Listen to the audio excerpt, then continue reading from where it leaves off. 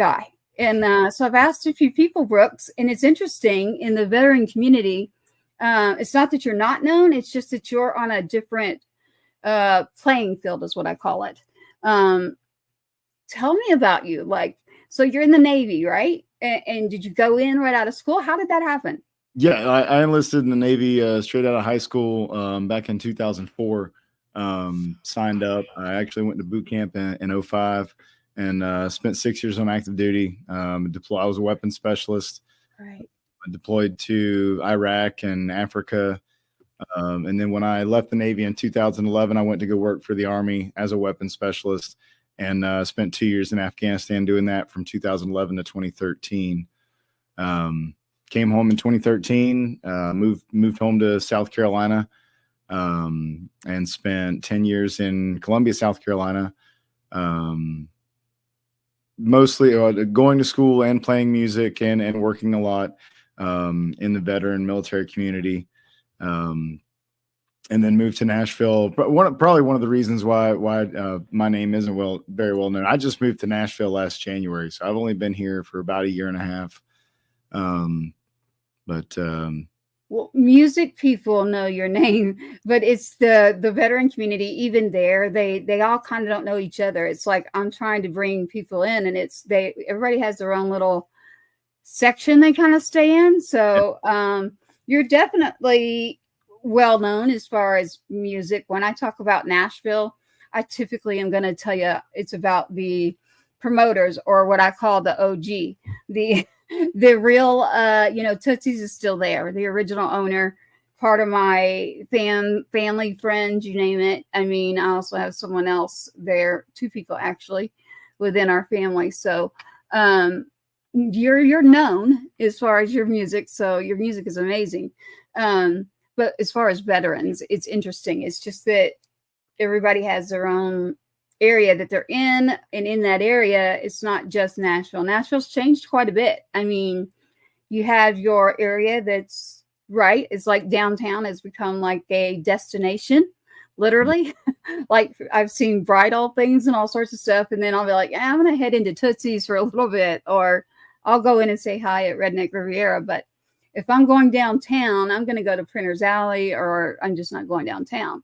You've been there 2 years in Nashville. Are you actually signed? What led you from the Navy to music, or was music first?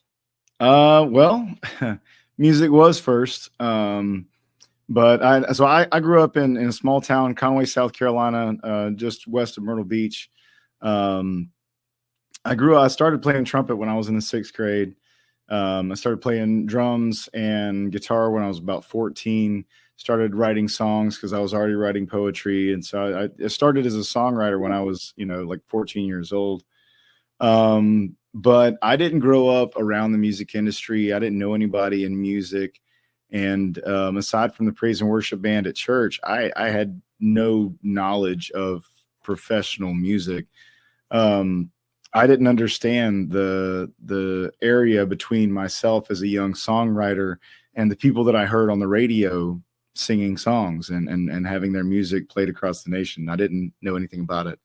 So it was always a hobby of mine. And like anyone else, you got to decide on a career, on a job, on what you want to do with your life when you grow up. And I wanted to join the military from a young age. My dad was in the Air Force for 11 years. He was a structural mechanic on B-52s. My brother and I both spent several years in JRTC when we were in high school, and both dedicated countless hours of our time to it. We stayed after school every single day to do ROTC things. Like that was our thing. We both knew we were going in. He enlisted in the Air Force 2 years before I graduated high school. And when I graduated, I was already, that was the plan. I enlisted in the Navy immediately. My parents signed me away when I was still 17. But while I was in the military, I still continued I was always fascinated by music. I loved music, very eclectic listener. And when I deployed to Iraq for the first time in 2006, I actually mailed myself a little pawn shop guitar. And while I was in Iraq, I would go and I would sit in a bunker and I would learn chords. And I would, back when you had to print, you had to go to the one building and log on to the internet and print out whatever song it was that you wanted to learn, and then take Right. that printout with you. And I'd go sit in the bunker and I would just try until I got it right. I made the first recording on a little recording app on my Toshiba laptop while I was in Iraq in 06. And that was just something I did, again, as a hobby. I came back to the States. My guitar collected dust for the most part, but then I deployed again to Africa in 2009. And I took that same guitar with me. I ended up opening for some USO tour bands that came through at the base bar there at Camp Lemonnier, 11 Degrees North. And I was given a guitar by the bass chaplain. He walked up to me with a Washburn D10S and a hard case. And he said, "Gunnar, I can't do anything with this. Do you want it?" And I was like, "Yeah, sure. I'll figure it out." You know, had a messed up tuning key. It needed strings, it needed pegs. I ordered everything I needed online and ended up fixing it myself. And when I started playing professionally, I got the electronics installed in that guitar, got it professionally set up, and I still play that guitar. I was playing that guitar this past weekend. I've written thousands of songs on it. Absolutely love that guitar. But you know, then I came back from Africa, and again, you know, that went and kind of collected dust. And recycle the story. When I was in Afghanistan, I sent myself that guitar, and I was playing that guitar in Afghanistan. What I did in Afghanistan was a little different. Was I started recording myself playing and putting up videos on YouTube, and started getting a lot of positive feedback. I actually had one video that ended up getting like 40,000 views or something. And it kind of put the little idea in my head that maybe this is something that I can do, you know. I came home in 2013, opened a restaurant with my dad, which was that's his thing. That's his calling. I was just kind of like, I'm good at the paperwork and the business stuff and whatever else. And toyed around with music downtown. I started playing, so we were at the restaurant, and I was searching for that real job, and was kind of just still had music kind of in the hobby section. Right. I went to the VA. My brother was like, "You need to go back. You can go back to school. The VA will put you in school." And I was like, "I'm too old to go back to school. Like, I need to get a job, blah, blah, blah." But I eventually did go to the VA, and they're like, "Yeah, you can go to school. What do you want to go to school for?" I was like, "I don't know. I thought you would tell me that." I did a lot of soul searching, and decided that I wanted to become a physical therapist to work with combat trauma. Right. So I started at the University of South Carolina, got my bachelor's in exercise science, and went on to get my doctorate in physical therapy there at South Carolina. But during my undergrad, I started playing drums for a guy who played country music around Columbia. And I would get up in the middle of his, you know, when he took his break, I would get up sometimes and I would play his guitar and sing some songs. And then I started playing shows, you know, by myself, you know, here and there. Started a place called Home Team Tavern. And the summer between undergrad and grad school, I just decided to give it a go. I was like, you know, I'm gonna see what I can do with this. And by the end of that summer, I was playing 6-7 shows a week and making great money. Wow. And that's really when the light bulb went off, you know, bing, there it is right there. The light bulb went off in my head. Was like, I can do this. This is a viable job. This is a viable career for me. I can make money playing music. Excuse me. So I continued on to PT school. I wasn't going to quit. I'm not a quitter. And I was, still felt like I needed a backup plan. I went through PT school, and while I was in PT school, I used that 3 years outside of school to really lay the foundation with the social media stuff and the website and contacting venues all over the States, and just, writing more and recording and talking with management and talking with studios and stuff like that, and really starting to learn just the tip of the iceberg when it came to the music industry, and learning more of was learning more of the cover music industry than anything. But in January of so I graduated December 21, And in January of 22, I went full-time as a musician. I practiced part-time as a therapist, but my focus was on music, and started releasing original music, started distributing it, started really diving into that part of the business, you know, promoting and everything else, and trying to tour as a, you know, as an independent artist. And by the time 2022 came to a close, I knew that, you know, I was bouncing off the ceiling in Columbia, South Carolina, and I had to make moves. Yeah. I got a phone call, you know, from the VA, and the guy was like, "Hey, I just want to check and see how PT was going." And I was in my feels. I don't know. I was like, "Hey, my passion is with music. Like, I'm still practicing part-time, you know, I'm doing the best I can with that." I was like, "But, you know, I really want to pursue music." He didn't skip a beat. He was like, "Well, you still got 36 months of Chapter 33 eligibility. You can go back to school for music." I was like, "What?" There's no way. Like, I just went to school for 7 years. What? Like, yeah. But I thought he was crazy. But I went to the GIVille website and I applied for benefits, and they came back, 100%, 36 months, Chapter 33. He was like, "Yeah, different pocket." Yeah. So I started poking around, looking at music business programs, and the #1 program in the country consistently was Belmont University right here in Nashville, Tennessee. Yes, it So is. I got accepted at Belmont. My VA benefits went through for Belmont. And so January 9th, I had a farewell concert in Columbia, South Carolina. January 10th, I drove here. And January 11th, I started classes at Belmont. And I've been there since I moved here last January, and just kind of hit the ground running with school.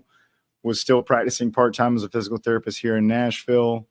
By the time April rolled around last year, I couldn't offer any availability to the clinic because I was playing so many shows. I didn't have any free time. Right. So it's a full time. Yeah.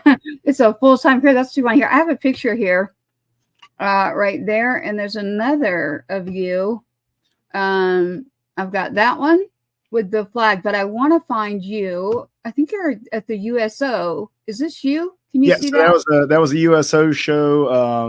We played at Fort Jackson for their Independence Day celebration last year and the year before. Wow, love it, love it. Yeah, I've got several of you here. I mean, raising the big flag there.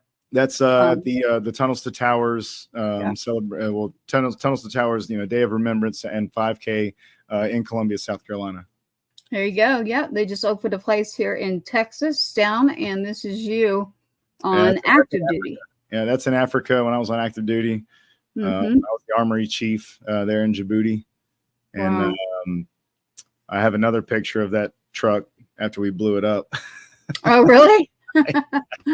Oh my goodness. Oh my goodness. Yeah. Lots of good stories. I looked at the dates, ironically, that you were in Iraq or you were going to Afghanistan. Ironically, now my son's extremely young, so everybody that's listening out there, I'm not that old, so don't go guessing and trying to think something. But he was just young, like you mentioned, Brooks. And so when you were in Iraq, he was in Iraq too. Doesn't mean y'all were at the same area, but I'm just letting you know that I noticed your dates and I thought, So I was going to text it, but I was like, no, I'll tell him on the show. So Iraq. And then while you were going to Afghanistan, that's when he's no longer here. He went by 2-step. So Sergeant 2-step, my son, Army infantry all the way, full on male fighting, testosterone, you name it. So he thrived in what he was doing in the infantry. So, and that led me to where I'm at right now, which means I kind of mix military with my music and Patriot Fest. So I'll get into a little more about Patriot Fest later, but that's exactly how I actually met you, was because of Patriot Fest and what we planned to do. And I'm there in Tennessee working with a couple of foundations, actually.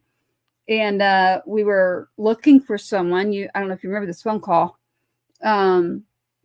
We needed someone for it. No one likes to do the anthem. I can tell you that right now.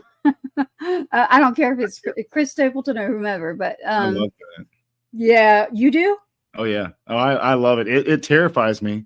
It makes me Okay, the only okay, song yeah. that still makes me nervous, but Yeah, I absolutely okay. love doing it. I would love to hear your version someday and get it in here to play. Like if you want to send it through like you did your other song, that'd be great because everybody is very terrified. I'm not touching it. Um, but as far as your music and yourself, so you've gone through the Navy, and again, your family, thank you to their service.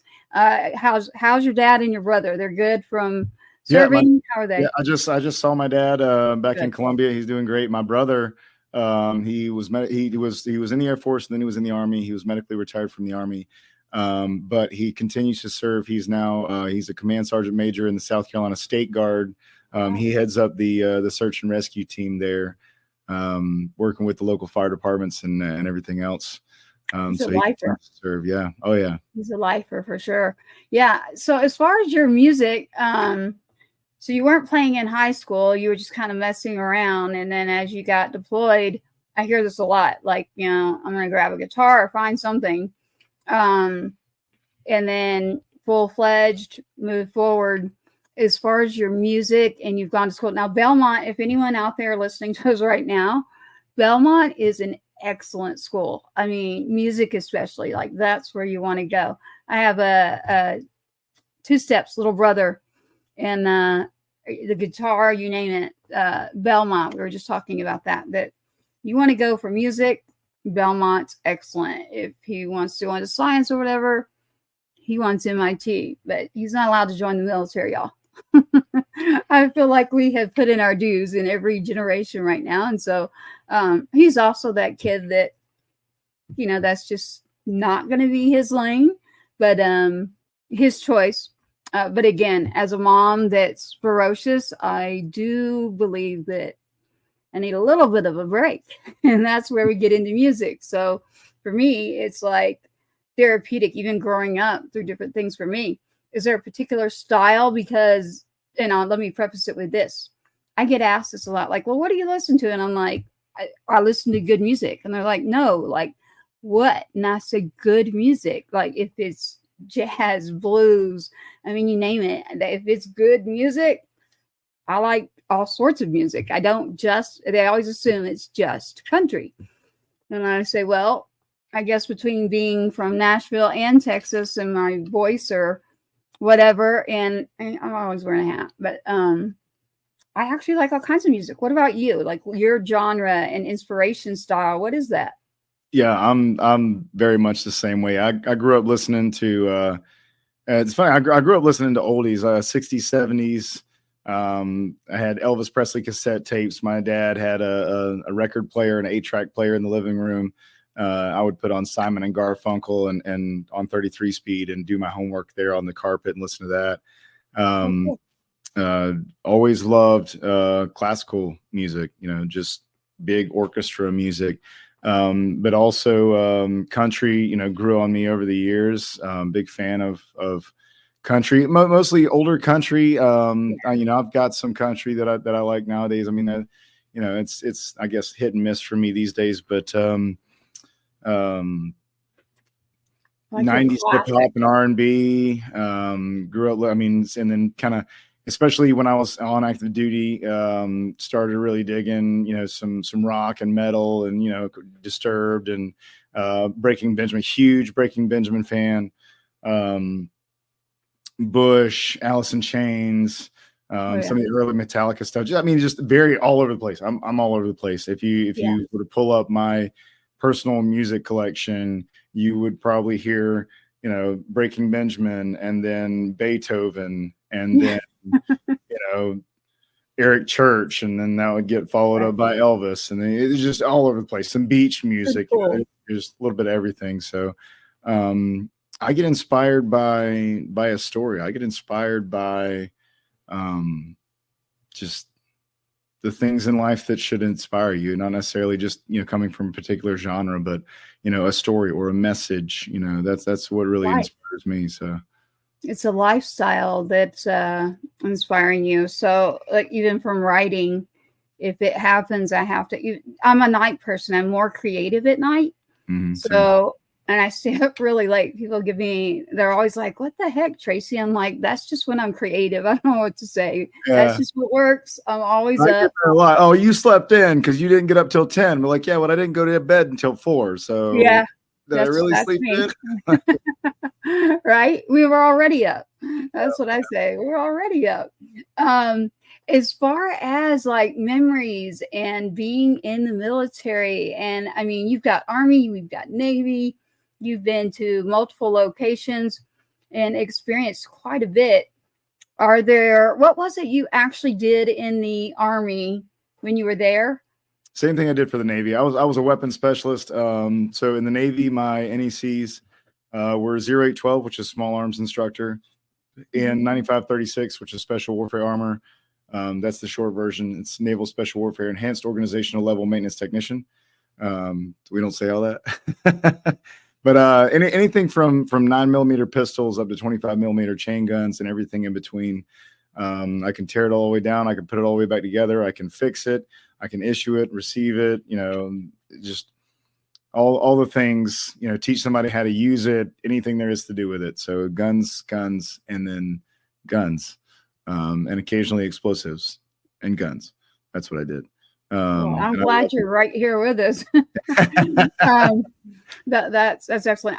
You brought up a memory that I have. My son was just the type like I am with my youngest right now. Like we talk about everything, and usually you wouldn't go home and tell your mom anything about that. But you actually just brought back a memory for me of he had great commanders. Like he got lucky, so did I. And I say that because I started a military organization. But when he was going in, this soldier contacted me after he passed and said, yeah, I'll never forget two-step.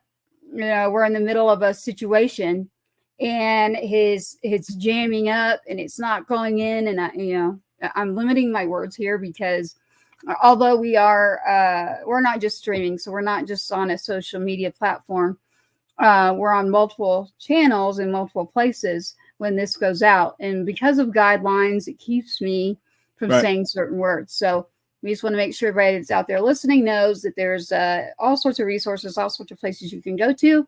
There's also 988. I do want to remind you of that. If there's something you're looking for too, maybe you're trying to figure out, your next step, or you need help as a veteran or a civilian too. Check out our website, get in touch with us. And if not us, then we will find out who. I needed to put that out there real quick, Brooke, since we were talking about military that we're both used to saying. Guidelines just changed, everybody, June 10th. So if you mention certain words, they will snag your whole account.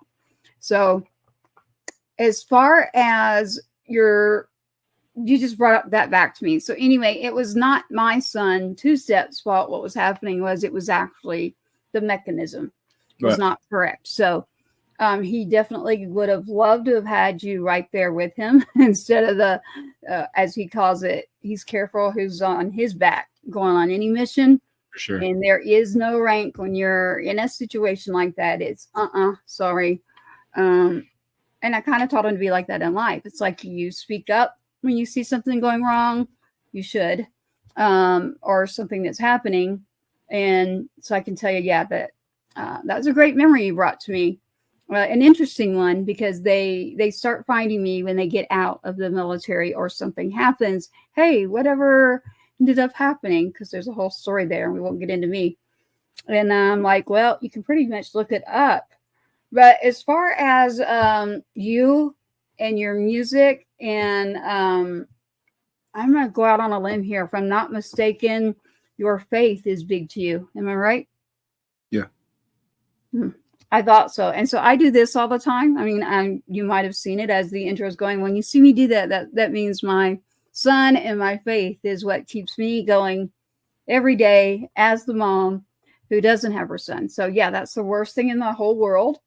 But my therapy is not just my faith, but it's music. So when we writing music, I don't care if it ever goes anywhere. It's just a matter of, it's very, very therapeutic.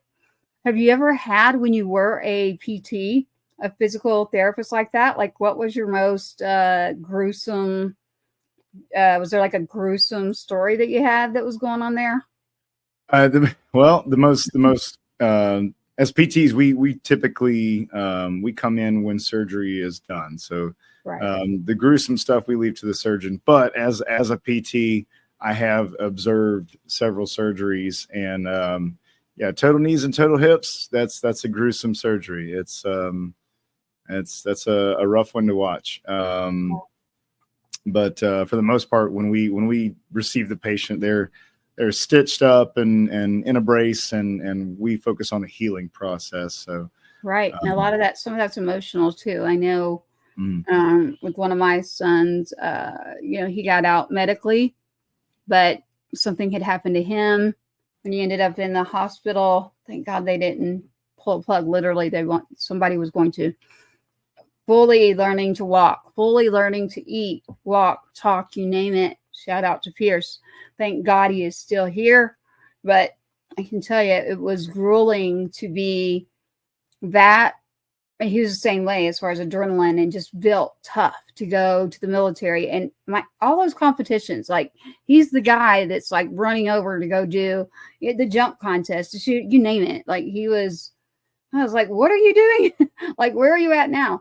That happened with him. So I would think that his PTs, so you have your OT, occupational therapy. I actually was in nursing school and I decided to quit. So I'm familiar with that field very well, but it was actually the PTs that really got him through it, because he was really, really good at remembering his PT from being in the service. Yeah. Having to deal with trying to like come back and like walk, talk, and do that again. I got to give it up to his PTs, because I mean, that's what he had to lean on. And you're talking about a strong individual who was he didn't ask for help, but he never really needed it. But again, everybody does, right? So when you get put in this vulnerable situation, I was grateful that he got some people that literally didn't just focus on the physical, because there's a lot that happens when you get broken like that.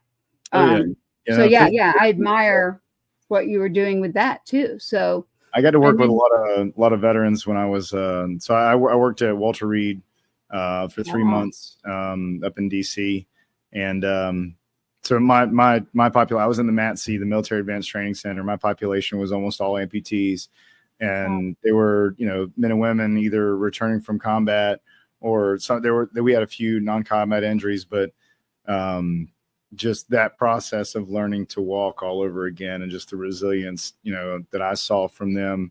I worked with one guy in particular. He was an Army sniper. He lost both of his legs above the knee in Afghanistan. And he had to learn to walk, one time going through PT wearing sockets. And he came back for a second time when I was there and got an elective procedure done called osseointegration. Had to learn to walk all over again. But he showed up early. He stayed late. He was there in the morning. He was there in the afternoon. He worked his butt off. Like he put in a lot of work. We hung out outside of the clinic and went downtown a few times.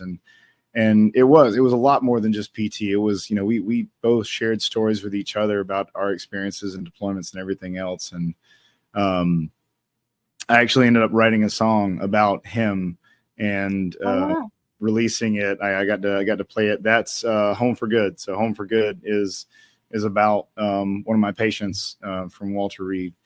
I was going to ask you that. I was going to ask you your best story of recovery from PT. So there you go. Shout out to him twice. My gosh.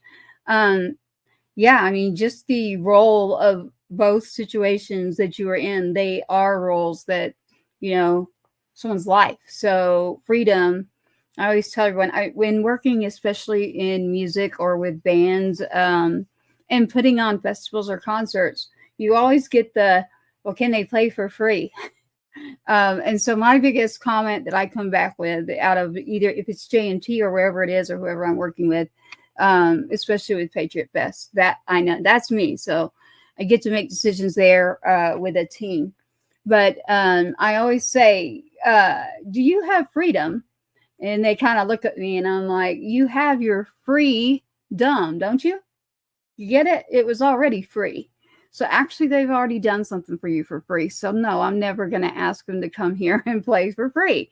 So you already got that part out of them. So I've had a person look at me and go, dang, I didn't even think of that. I was like, yeah, that's how it works. That's why we have what we do. It's because people like you that sign up, and that's an ultimate sacrifice right there. I mean, you not, gosh, especially nowadays, the percentage is, it was like 1%. It's dropping even to below 1% for our military. So it's always just been a special spot. You mentioned your family, my grandfather. Between that and racing, you know, he got out and started racing cars. So I was like, so I'm really into that. And so, you know, that influenced me as well, racing. But as far as your music, I have two things here. Number one, like your most transformative song that like maybe has gotten people, you know, like what I call the heartstrings, like, you know, what's pulling at that heart, and it's like transformative as to you when you were taking off and going, you know what, I'm going to do this full time. I'm curious about that. And then I'm also curious about your number one song that has been rolling and picked up, and it's been like one of those, it may not be your favorite, but it might be your fans' favorite. What would that be? Well, I know the fan favorite, I believe, I can double check the numbers. I believe it's over 90,000 streams now. And was actually not my latest release. I just released something else, but up until recently, it's over 90,000 streams. So I released a song in February of this year called "In the Depths." And "In the Depths" is a rock song, a pretty heavy rock song, and it's a song about the struggle with addiction. It kind of personifies the monster inside, the addiction, and has a little conversation with him. And that song has really taken off and been streamed a ton. And so that's been really cool to see. Like I said, I had a lot of rock influences. I love rock. I love doing country. But I'm also going to continue doing a lot of the rock stuff, and rock has really taken off. As far as the transformative song, I always go back to my very first release. It hasn't been a big streaming song. It's not something that you'll probably hear on the radio, but it's a song called "Why Me."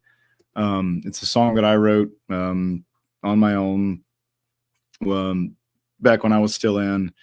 And it wasn't just, I didn't sit down just to write a song. I had to get some things out of me, some guilt and some shame. I had to get outside of my body, and so I put it on paper. And that story is about the loss of a few of my friends, and trying to figure out why they were taken, and why do I deserve to be here? Why is it that I'm here and not them? And I think the crazy thing is that I put it into a song, and I did it at a time when music wasn't a job of mine. It wasn't a career option of mine. It was just something that I did as a hobby and something I did for my own sanity. I put that into a song, and you know, fast forward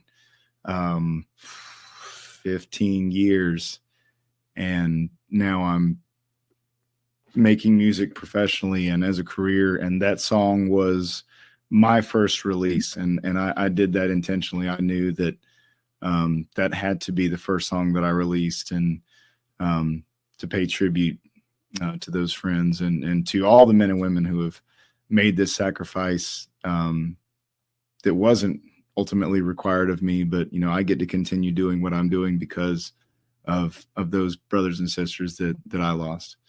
And yourself too. You know, I think like you as well. Like my, of course, I'm on a different end of it, but that's why I was asking when I was in Nashville.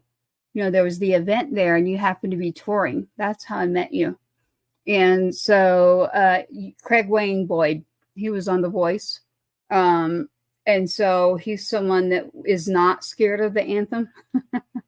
So that's who we ended up having come out. And that's what it was. So it was actually foundations that worked together between Texas and Tennessee is how I found you. So it was interesting that I said, hey, I actually found you. And I said, have y'all worked with him before? And they said, no. And but we do have a mutual friend. That's actually how I found you. But I knew right then, I was like, man, he did not even hesitate. Like, you didn't even hesitate. It was, you heard what it was for and you knew what it meant. And you were like, if I was there, and you had never met me or anything, you were like, if I were there, I would definitely do it. But I'm actually out touring. And we had a little bit of a chat. And then I got back a hold of you about, I'm with Heroes Media Group right now. So shout out to Heroes Media Group. Got a lot of veterans there. There's a few of us that are around military, meaning I am the only Gold Star mom, but and what that means for everybody out there listening to us right now, Gold Star, or what it means is my active duty son who was in the Army did not come home. He did not choose to take off his uniform. I won't go too much further. He's a combat veteran. He did do his deployments, but he did not get to come home. So, and again, my faith and just life, like you said, Brooks, therapeutic. It's been music, my faith, and the people that I try to surround myself around. It's Patriot Fest, which is built upon Gold Star Family Foundation and Fallen Heroes National Foundation, because I wanted to go a little outside of military as well. So I've got a border agent related in my span of family that was in the Marines, and then he decided I wanted to be a border agent, and he was gunned down. This is the truth. I'm sorry about the guidelines, but that's the truth. And then, so I've had a lot of different experiences. So I always tell people, I'm like, well, pick a topic, like pick a topic. And I'll say that probably I've been in that area, but, and then I didn't grow up with anything literally there in Nashville. So that surprises people as well. So I do as much as I can to get out there, because it's just something that gives back, not only to them, but to me too. So it makes me feel better. I just feel good being able to, I get a lot of the phone calls. And so I think it also therapeutic takes me out of that role a lot of times. So I've never really done anything for Two-Step, my son. And so Nashville, the reason I'm going back a lot more than I was is because I'm working on something there that I want to do to honor him, and not just him, but being out of Nashville and all the work that we've done, I definitely want to hit up and do something there. And it's Patriot Fest. So yeah, I found you and I'm like, my goodness, this is just the talk and no hesitation there. The understanding of any mom that loses a child for anything, right? I'll just say it, like it's pure hell for any mother. I don't care if it's military or not, but I'm doing good. So don't worry. I know my people out there, you can continue to check on me. I want you to. The biggest thing I always tell people, Brooks, is include us, because a lot of people are afraid to like reach out or invite us or something. And it's like, we're not going to show up and like start crying and like bring the mood down. As a matter of fact, we're going to be like, thank you. Like, here's our unit. Here's our troop again. Because you just get thrown out of it so quick. And it's like, wait a minute. Where is everyone? Where's that whole unit? Where's all the guys that would come to the house with him? Like, where'd you go? So with Patriot Fest and then the foundations under Patriots Inside the Wire, I'm going to get with you on that. Because I immediately connected to you when I was talking and picked up on, when I do that. That's my faith, and that's Two-Step for my son. And Brooks, I have another challenge for you. So I haven't been able to do it yet, but there's like 3 songs here.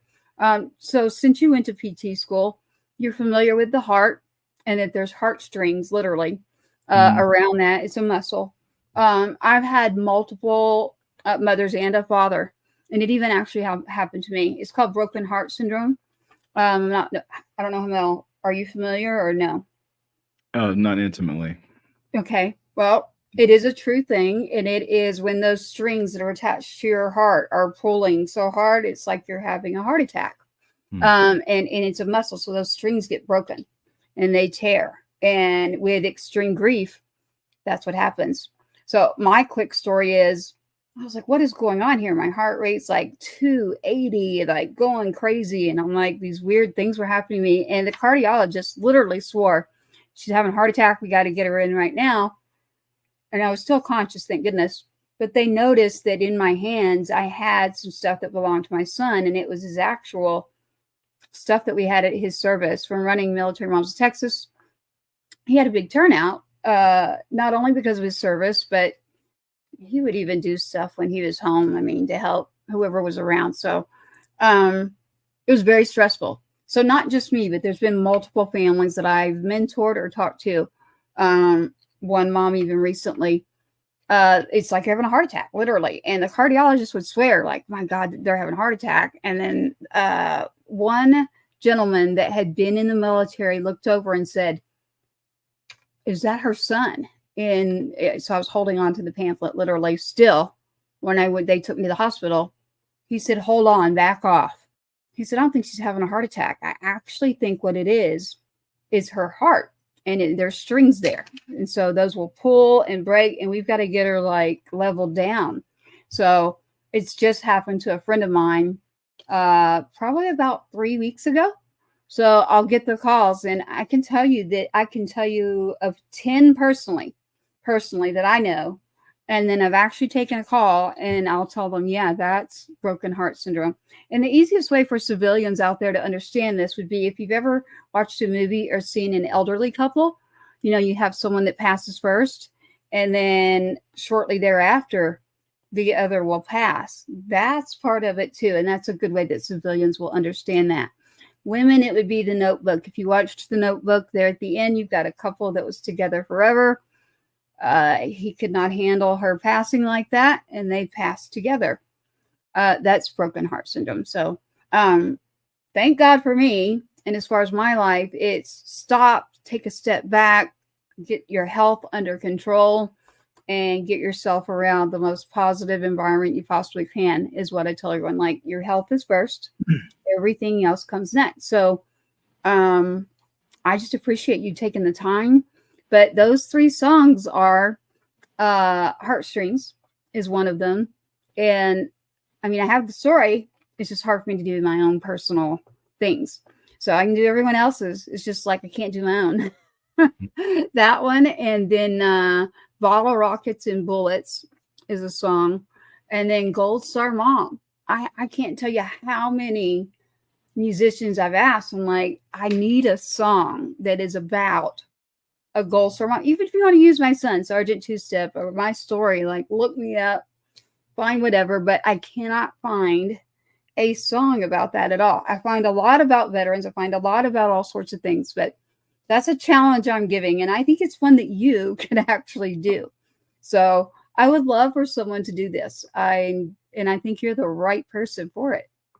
So I want to see what you come up with out of that one. No, you don't have to do it, but something tells me you could.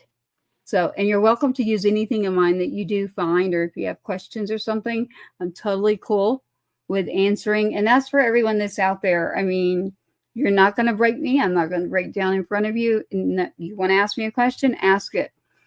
Almost nothing is it's all on the table except for a few things. But Brooks, so your whole family, are they in South Carolina and you're the one there in Nashville? Yeah, my dad is in South Carolina. My mom lives in South Carolina. One of my sisters lives in South Carolina. One of my sisters lives in Boston. One of my sisters lives in Louisiana. So we're a little spread out. But yeah, we got a pretty strong presence there in South Carolina. Nice. You know what's interesting? I've lived all over and never there. So it's like, that's a new one for me. And your website, Brooks, is it brooksherringmusic.com? Yeah. Yep. So we want to make sure everybody gets a hold of that. And then I usually preface this when we have an artist. I want everybody that's listening to me out there with an artist in the digital world that we're in today. And so we do a lot of digital creating, hosting, you name it, songwriting. But for an artist to actually be recognized, paid, you name it, in this digital world that we're in, when you go to look at their music and you want to listen to it, add it to your playlist. The biggest thing you can do is go, let's say we're going to Brooks. We're going to go look up Brooks, hearing his music on Spotify. You go to Spotify and you put it on a playlist. That's how our artists in a digital world today get that credit. So be sure to add music on your playlist for these artists, especially our veteran artists that you see on Patriots Inside the Wire. We want them to get that credit for that music they have, but it's not just about that. It is really good music. So, I have heard probably all of your songs I can get a hold of, except it's interesting. I did not see Why Me. So I'll have to go back and see why I didn't pick to even listen, or like you said, maybe it just isn't as big out there. It's going to be at the very beginning of the discography because that was the first song that I released. Okay. Yeah. I want to check it out. But like I said, we had you sent a few here, and I was going to look at one and ask you, because the Gold Star Father with Gold Star Parents Retreat is what it is. There's many organizations that I put on here, and then there is, so we've got The Good Parts, One Hell of a Woman, and Coming Home. Yes, Coming Home for You. So we have those 3 songs in here. What is the story of one of those 3 that you want to tell? Yeah, well, Coming Home I wrote with Chris Bickle and Jay Denton. Chris Bickle is a retired Army Special Forces operator. He retired after 20 years and decided he wanted to go into songwriting, and he's absolutely amazing. He's a great guitar player. He's got the discipline of an operator still. So he's one of those guys that every time I see him, I can tell he practices every single day because he's just that much better. Right. But Chris and I, when we met at a veteran songwriting camp last year. Both veterans, we, exchanging stories, talking about everything. He was an operator.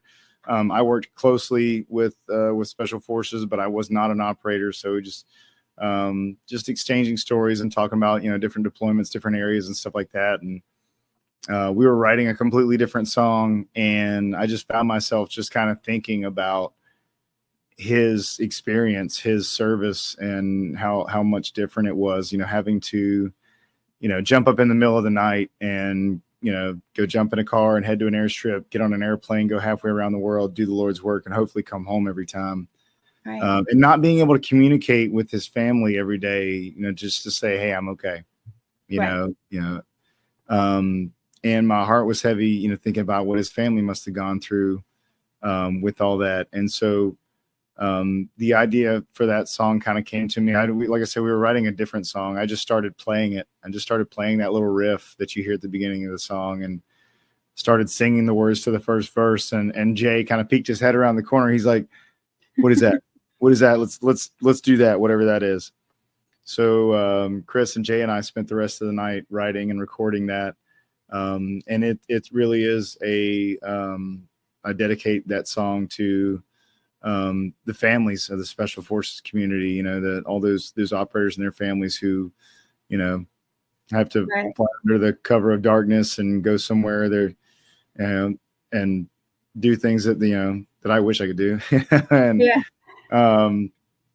but, well, I could tell. So, when you sent that one, I was like telling the father, I was like, well, I'm going to let you pick. And they always pick. They've never even heard your music. I have. And so I'm like, okay, I will play it. So they're like, what's the story behind One Hell of a Woman? Now we're all taking that and using it like totally different than probably what you have it for. But it takes one hell of a woman to have to deal with the military and the situations that you go through. That's exactly what it is. Between the line of duties, between the going military, civilian, you never know what the story is. There's a lot that goes on out there that is not understood. And so they laugh and they're like, well, Tracy, and he's a father and he's amazing. It's Terry Burgess. Shout out to him. He's like, I want to hear One Hell of a Woman, because every time, and I'm not going to get into me, but long story short, he's like, it sounds like somebody did that. And I said, nope, you're completely wrong. That is not me. It has nothing to do with me, as a matter of fact. So the first time we played it he was like, no, I want to hear it. And I said, okay, all right, we'll let you. But I am curious now because they're assuming, it does take one hell of a woman to deal with all of that. I'll tell you that. Any deployments between a mom or a family, whatever the situation is. But usually when you go in and you're that young, you've got your siblings and your parents. So, and that's the area that I am focusing on, which is siblings. So I am trying to work on sibling scholarships, sibling music therapy type programs. Like even my own son right now, the guitar is a therapeutic means. So I've seen it. The ability of what it can do to transform someone, just like you were mentioning yourself. So One Hell of a Woman, what is the story behind that? Sure. So I came to Nashville back in 2020 as a part of the Creative Vets program. And if you're not familiar, Creative Vets brings combat veterans to Nashville and pairs them with hit songwriters to communicate their experience or a part of their experience in the military through song. And I got here and I got paired up with Jeremy Brock was my veteran mentor, and Tyrone Carricker and Eric Etheridge were our co-writers. And it pretty quickly came out that I'm a songwriter and a musician and an artist and everything. And they're like, well, this doesn't happen usually, so it's they were like, well, what is a part of your military experience that you haven't written about? Because I had already written quite a few songs about my experiences overseas. And so I decided to write one for my wife, who I met in Afghanistan in 2013. She's still in. She's been in for 18 years. Wow. She's a Sergeant First Class. She's 89 Bravo Army. So that song. Bravo, yeah. Wow, that is amazing. So see, I'm so glad that I asked. That is one hell of a woman right there. She's a badass. You don't want to mess with her. You said 18 years. She's at 18 years right now. My goodness. Wow. It's interesting. Well, thank you for her. My goodness. That is one hell of a woman. Not only that, but Brooks, is she like, so deployments and all that too. So now you've got a whole other side of this. You've got, not only have you been the person there, now you're married to someone that's actually in and has to go. So you felt it like between your father, brother, it's like you yourself, and now your other half. My oldest son is talking with an Army recruiter right now too. So I may be on the parent end of it too. So. Yeah, and people, I'm not Catholic. I am Christian, but I grew up around some nuns, so constantly they'll see. I'm like, yeah, it's all about God and Jesus, but it's a habit I just did there. I just saw myself do that, but I was doing that for your son. He'll be fine. What happened to my son is not. I mean, he was fine in a war. On foreign soil. It was on our own soil. That is a situation. And what people don't realize is that 75%, and it's actually gotten higher, but the last that I checked, 75% are actually stateside. So, and those are the ones that you usually don't hear about. So there's a lot of people out there that end up hurting, or there's a ranking kind of system that will happen. And then it's like segregating, like, this person mattered more than this person. And this, I'm like, no, I don't play that. Like, the only person that can play that in my life is God. Like, that's not happening around me. So mine is do no harm, take care of each other. And if they sign up and they're in that military, then they are active duty. And according to the DOD, they are official military. And trust me, if the military gets you, they got you. You're theirs. So they aren't sitting around just waiting to go play war or something. Not, and I'm only speaking for me. I'm not going to speak for everybody, but not in the infantry of the 164, 3rd ID, or then he switched over to 11 Bravo there towards the end. So just because he wanted to go back. So it was interesting. But you threw me for a loop there with 18 years, and then you added your son on top of that. So you've got a son that is old enough to join the military. He's 19. Wow. Okay. All right. You got a lot going on. Yeah. That's pretty interesting. How many kids? You got more than I got two. I got 19 and 13, both boys. Ooh. Okay. What happens when you go touring, Brooks, and you've got these teenage boys, and if your wife has to be gone, what the heck do you do? Yeah, well, I mean, the 19-year-old, he's old enough. He's out of the house, but Yeah. My 13-year-old he lives with his mother about 2.5 hours northwest of Nashville. She and I serve together. Oh wow. She's an amazing mom. We get along great. We're friends. She and Kick, my wife, get along great. So she's done an amazing job with him. I'm actually going to be up there tomorrow night for one of his baseball games. Oh, cool. But yeah, so we don't have a lot of trouble with that one. No, I'm glad. I mean, it sounds like, so he's going to talk to the Army, huh? The 19-year-old is already he's already in the process. He's already and you've already told him, be careful of those recruiters. You need to I've already talked to the recruiter too. Okay, good. Yeah. Good. Because I did. Hey, bro. I know. Yeah, I did. That's for sure. You never know. Recruiting is pretty interesting. This stuff that I found out after the fact, I didn't know before, but it was like after. I'm like, man, I wish I knew some of this before, but it's always interesting along the way. So Brooks, you just got in from traveling. You've been playing. Everyone is going to want to hear something from you. What are we going to hear from you tonight?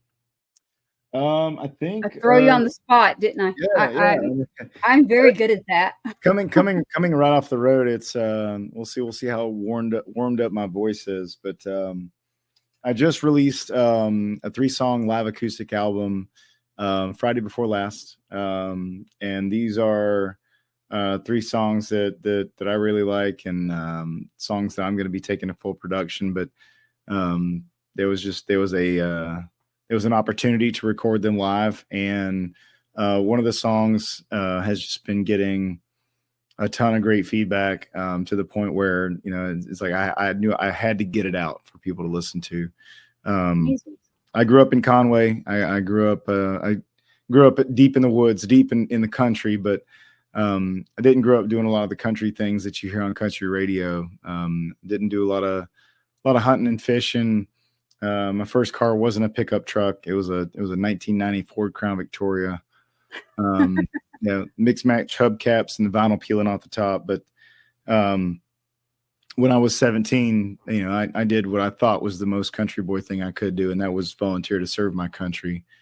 And when I was on deployment, I got to do all the country boy stuff that I dreamt of as a kid.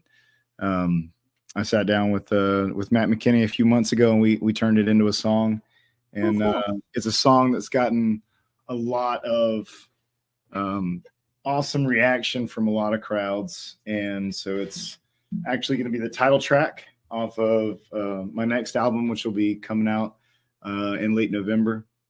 And where can we find that? I've got your website up, so just stay tuned to your website to find this when it's going to release. On the website, as soon as you start scrolling down, there's a little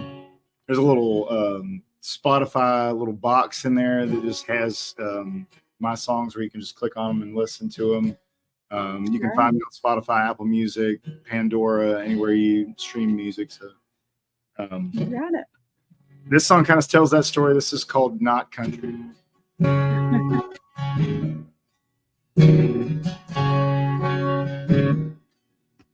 Didn't drop a deer every morning from a deep woods pine tree stand.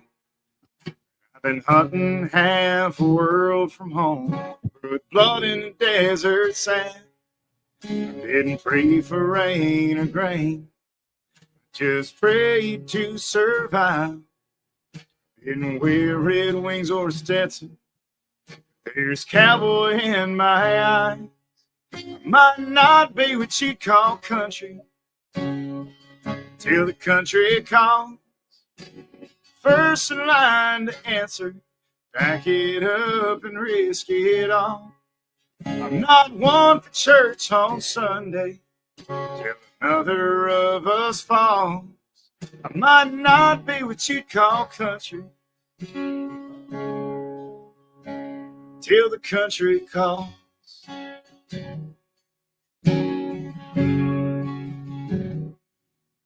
We're a different kind of camo.